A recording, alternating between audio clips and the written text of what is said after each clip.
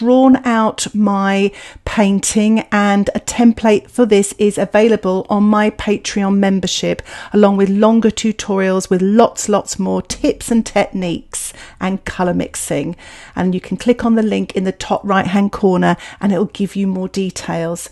I've wet my paper and I'm putting on a little bit of cerulean at the top, Naples yellow in the middle, and a little bit of the Indian red just underneath. I'm painting this all wet in wet with my size 10 brush. I've mixed up some cerulean and the Indian red, and I'm painting this wet into wet on the horizon just to get that sort of lovely, if you look at the reference photograph, you've got that lovely bluey shade there. And I've just dropped a little bit more cerulean in on that horizon area. I'm also putting a little bit of that colour in the sea area as well, and just coming down right to the shoreline there. I've also put a little bit of very dilute colours on the beach area. This includes the Naples yellow, the Indian red, and the cerulean mixed with the Indian red here and there, wet into wet. Using my size 6 brush, you can be very loose at this stage, just sort of put on colour, but try to keep a lot of the areas light where the snow is. While the sky is still damp, I'm painting damp into damp using my size 6 brush,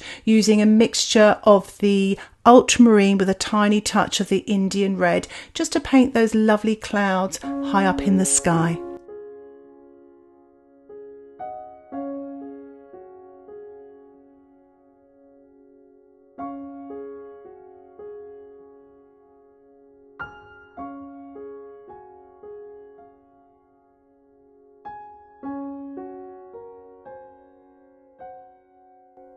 I'm using my size 2 brush now, painting wet on dry, a mixture of the ultramarine with the Indian red, a very pale colour to create distance.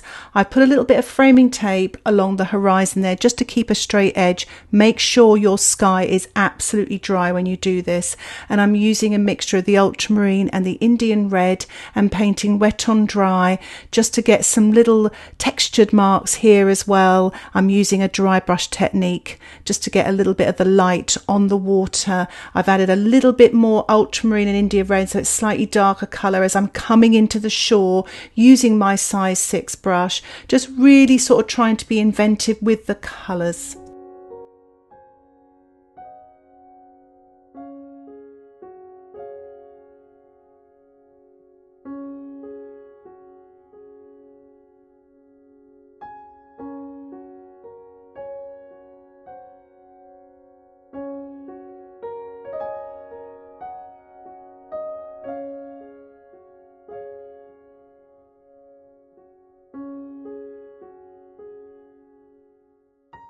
I've waited for my painting to dry off and I'm just painting this other distant headland using my size 6 brush with a mixture of the ultramarine and the Indian red. Again, making sure it's pale. I want to give it a tiny bit of detail, but not too much so it doesn't come forward. Once that's dry, I'm painting the nearer headland here using a little bit more of warmer colours. I've got some of the Indian red, the Naples yellow and the ultramarine. I'm using my size 10 brush, working wet on dry, but also dropping colours in wet on wet. The paper I'm using is very rough, so I've got this lovely texture when I'm painting sort of with a dry brush technique, and I'm doing so here as well, using the tip of my brush and then softening as I go, using a lot of Naples yellow in this foreground area, and I'm dropping in now some of the Indian red with the Naples yellow, the touch of ultramarine, just having fun with it, you know, really sort of exploring the textures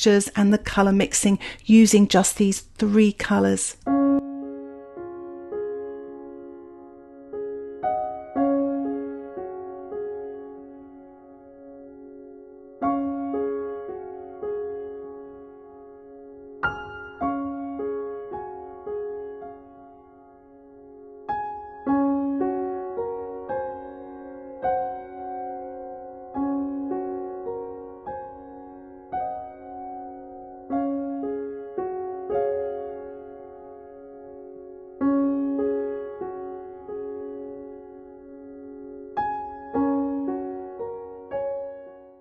While the painting's still damp, I'm just using my plastic card that I've cut up and using the point of it to scratch in and to move the paint around to create more texture. I've allowed my painting to dry and I'm just putting a little bit of stronger, darker tones here on the right hand side using my size 6 brush with a mixture of the ultramarine and the Indian red.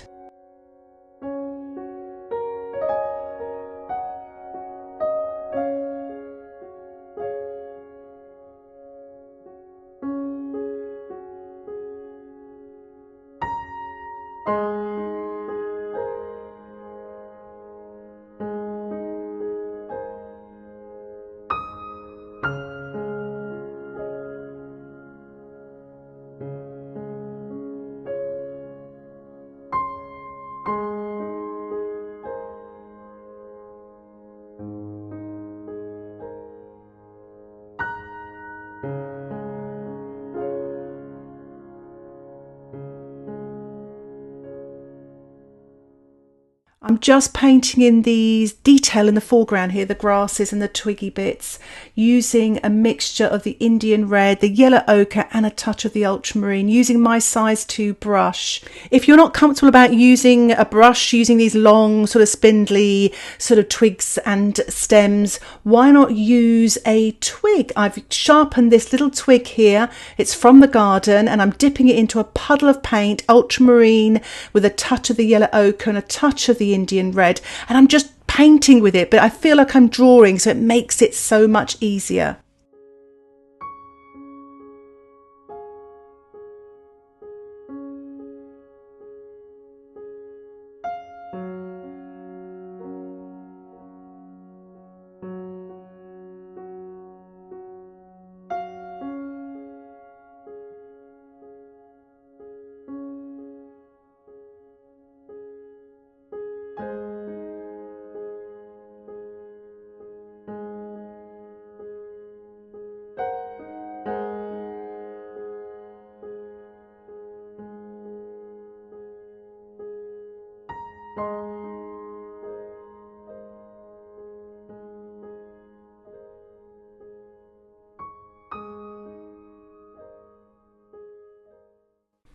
I've covered up my painting with some kitchen towel just to protect it while I'm spattering. I'm using my size 2 brush and just using some of the colours that I have that I used for the stems and the sort of twiggy areas, and just giving it a spatter for texture really, just to finish off. I thought I'd give it a little spatter with some white paint as well, because I lost a little bit of the light there. So just one final little spatter with some white, still using the size 2 brush just to finish off. I had a couple of little spots in the sky, so if that happens to you, a good thing to do is actually to paint some little birds in. So they're little V shapes really, and I'm using my size 2 brush, and it just adds a little bit of life to the painting as well.